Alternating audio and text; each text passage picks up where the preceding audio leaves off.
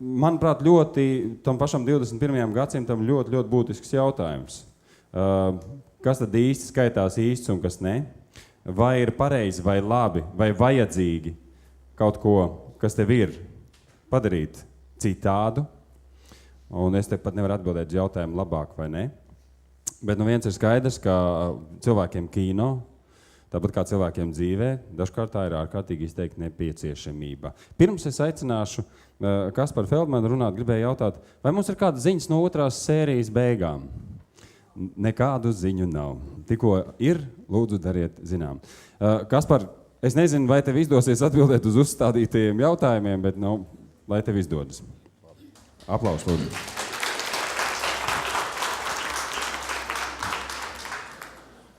Tā, es šodien mazliet parunāšu par plastisko ķirurģiju, ar kuru es nodarbojos. Ja? Kā zināms, plastisko ķirurģiju iedala 2 tādās daļās. Viena ir rekonstruktīvā ķirurģija, kas nodarbojas ar rekonstruktīvām operācijām, respektīvi ar iedzimtām kaitēm un iegūtām vai pēc avārijām, pēc apdegumiem un pēc dažādām traumām. Ja, es nodarbojos pats ar estētisko ķirurģiju, tā ir otra puse, tāda varētu būt skaistākā puse, kas uzlabo mūsu, tā teikt, vai laika zobu radītos, tā teikt, defektus, vai kā viņus pateikt, ja? Tagad, tā teikt, estētiskās ķirurģijas iespējas ir diezgan plašas un gan tehnoloģija augus un tam līdzīgi. Ja? Un es varu teikt, man jāsaka, ka es kā plastikas ķirurgam vienlaicīgi ir jābūt gan ķirurgam, gan vīrietim, gan psihoterapeitam un psihologam. Ja?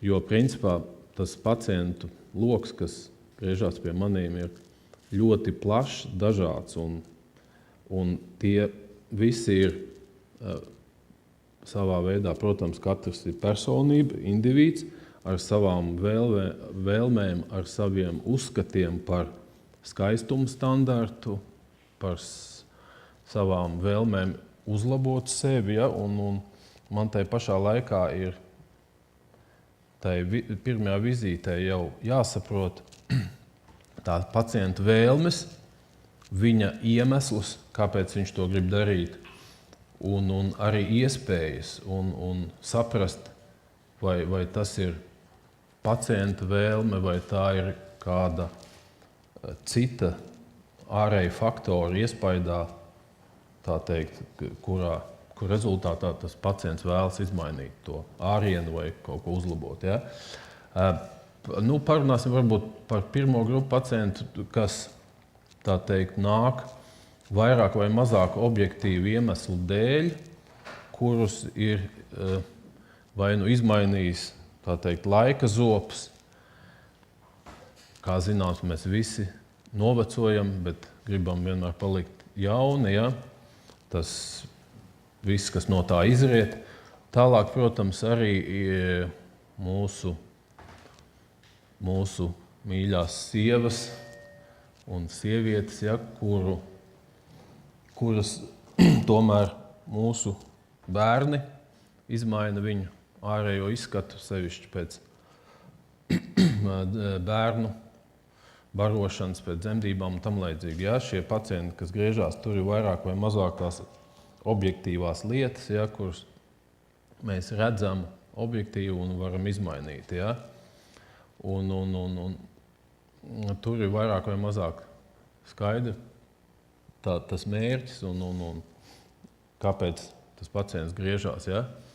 Tālāk ir otra pacienta grupa, kas griežās pie plastikas ķirurga grupa, tā ir, kas uzskata to, ka tā ir modes lieta, tas ir tāpat kā vienalga ar mašīnām, kas sāk pirkt Mercedes vai BMW vai kapriolets vai ko.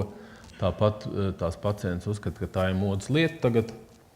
Jā, kaut vai pieņemsim, kad sākās silikona krūšu bums, tad viss skrēja un lika. Un vienkārši tāpēc, ka viņai ir, tā ir, kāpēc man nav. Ja? Tā ir savā būtībā diezgan tā ir liela problēma, ja? Jo būtībā man kā ķirurgam, kā ārstam ir būtībā jāizvērtē tā objektīvi šī nepieciešamība. Ja? Un viennozīmīgi, ka nav tas vienmēr tik viegli, ja? lai izvērtētu objektivitāti un tieši kāpēc viņi to grib. Ja? Un ir tā arī bieži gadījumi, protams, kad man jācenšas atrunāt vai mazliet pat pabaidīt un tā, lai viņi saprastu, ka tā ķirurģija tā nav vienkārši modes lieta. Ja? Kad pacientam jāsaprot, ka tas ir tomēr risks un ka viņš kāpēc griežās un tam līdzīgi. Ja? Bet skaidrs, ka tie pacienti bieži vien, pieņemsim, ja? Viņas domā, ka ja viņas veiks šo operāciju, tad viņa atrisinās kaut kādas savas personīgās problēmas, kas ir vai personīgā dzīvē, vai vispār viņa uzreiz paaugstinās savu pašapziņu un savu, tā teikt, reitingu sabiedrībā. Ja? Tā kā tā ir. Tālāk ir,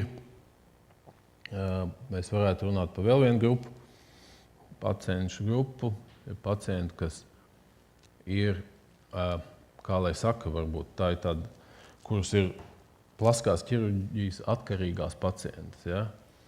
Šī grupa arī īstenībā ir tāda diezgan interesanta un diezgan individuāla. Un ar šīs pacientes tā grupa ir tā, kas pacients, kas, pieņemsim, uztaisa vienu plastisko operāciju, un viņa jau ir tā kā narkotikas iešpricēts, ka viņai viss jau tā ir kā narkotika. Ja? Un parasti šīs pacients nāk reizi gadā nāk uz operācijām, ja? un vienkārši viņi jau pēc operācijas, jau kad viss jau ir sadzīs un viss jau ir, tā teikt, efekts ir, viņi jau sāk domāt par nākamo operāciju nākamgad, un bieži jau ir tāpat, ka viņi jau veic vienu operāciju un jau prasa man, ko es varētu nākamgad jau paveikt. Ja?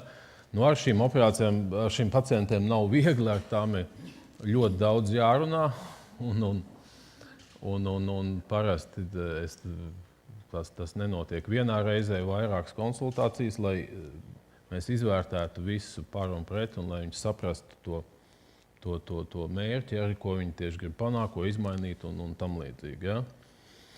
Tādas pacients ir ar vien vairāk, ja, sakarā ar kaut vai sabiedrības, tā teikt, dzīves līmeņa celšanos un ar iespējām un tam līdzīgi. Ja? Un tālāk, un vēl viena pacientu grupa, kas ir vēl komplicētāka, tā ir pacientu grupa, kas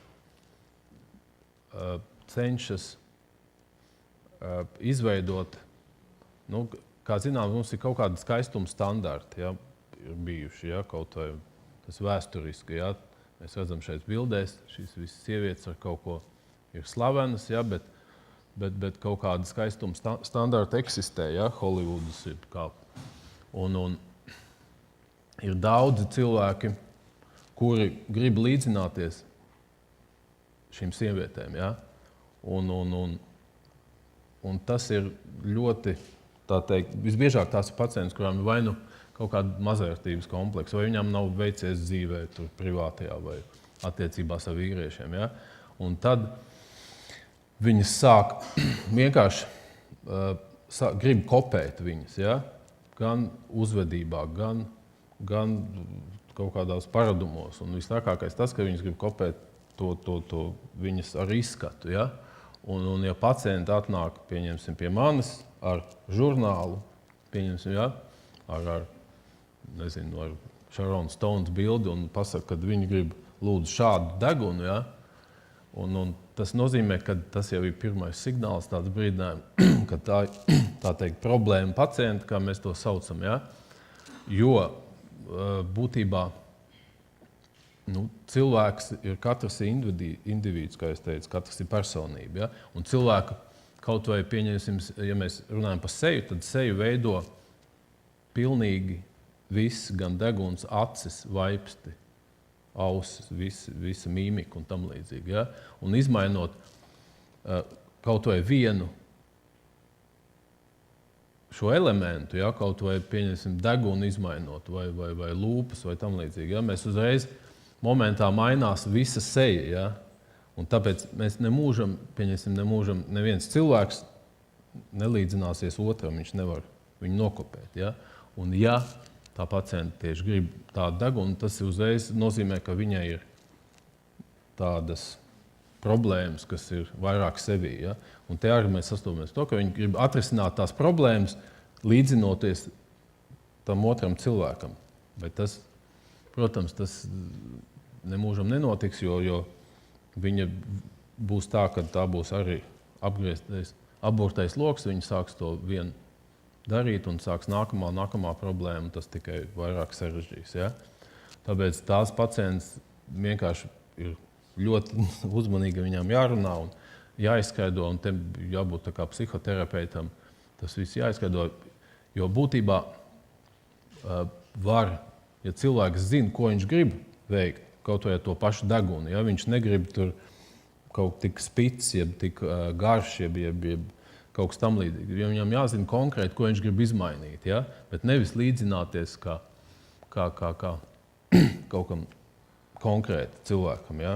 Man bija viena pacienta, viņa nāca, arī jau laba pacienta, klienti jau regulāri nāca un darīja visu kaut ko. Un es vienreiz viņai, kad sākās lūpu spričēs un bums, es viņai špricēju lūpās. Filleru, ja? Un tas ir diezgan sāpīgs process, ja daudz par to dara narkozē, ja? Bet tur ar lidokaīnu krēmu nosmērēju un bišķiņ atsāpina, ja? Un es viņai špricēju un viņai tur sāp, viņa tur nabadzīt. Tu jūti, ka es sāku, un es viņai saku, ka domājiet par kaut ko. Viņa sākumā viņa teica, ja хочу gubi Angelini Jolie, latviski. Es gribu Angelīnas Jolijas lūpas.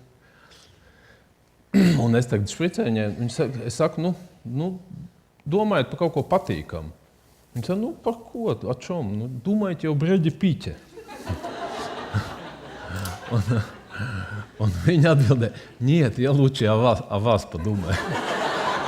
Okay. Paldies. Tas bija izrādījās, ka īstenībā viņa nāk tāpēc, ka jūs viņai patīkat, nevis viņai operācija.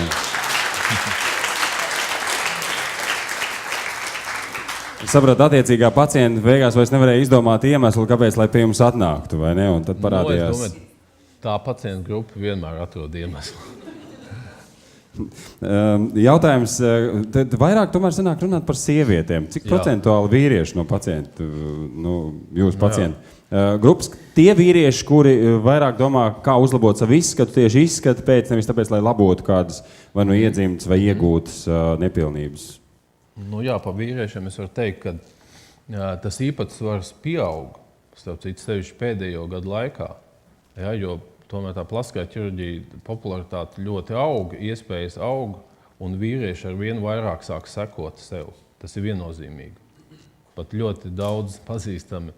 Tas arī nosaka sabiedrības stāvoklis, labklājību un tam līdzīgi, ja, un iespējas. Ja, un vīrieši ar vien vairāk sāk sevīm skatīties spogulī un tiešām objektīvi arī sevi sāk kopt un veikt dažādas manipulācijas, ķirurģiskas operācijas. Ar viņiem viss ir kārtībā, ar šiem vīriešiem? Jā, viennozīmīgi. Es parasti visus ar vīriešu, kurus operējis, viņus pārsvarā atbalstu, jo es redzu objektīvi. Jā. Viņi pārsvarā seju un arī ķermeni, jā. Liekos. Kaut vai, kas ir populārākās vīriešiem? Tauku atsūkšanas un sejas dažādas. Paldies, Kaspar.